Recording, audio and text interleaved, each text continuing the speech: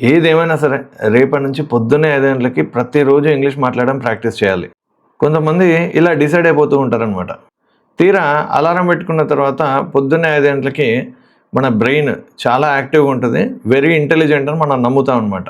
అదేం చెప్తాదంటే మనతో, "అరేయ్! ఇంకో 10 నిమిషాలు పడుకోరా. రేపు స్టార్ట్ చేయొచ్చు కదా! ఇవాళే మొదలుపెట్టాలా. ఇవాళ మంగళవారం రా మర్చిపోయావా?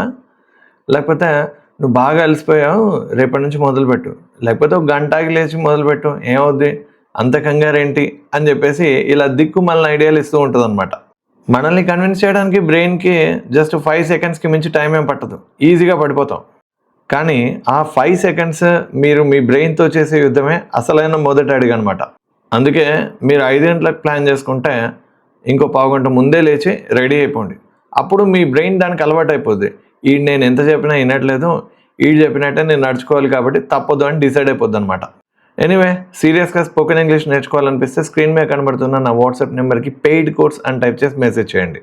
ఒక్కసారి నా డెమో చూడండి. నా టీచింగ్ స్కిల్స్ ఎంతమంది ట్రైనర్స్‌తో కంపేర్ చేస్తారో మీ ఇష్టం. అందరికన్నా నేనే మీకు బాగా నేర్పగలను అని మీకు అనిపిస్తేనే మీరు నా కోర్సులో జాయిన్ అవ్వండి. వెంటనే డెమో చూసి ఓపిక లేని వాళ్ళు, ఒకవేళ డెమో నచ్చినా ఫీజు కట్టి కోర్సులో జాయిన్ అవ్వడం ఇంట్రెస్ట్ లేని వాళ్ళు దయచేసి నాకు మెసేజ్ చేయకండి. Thanks for watching this. See you again.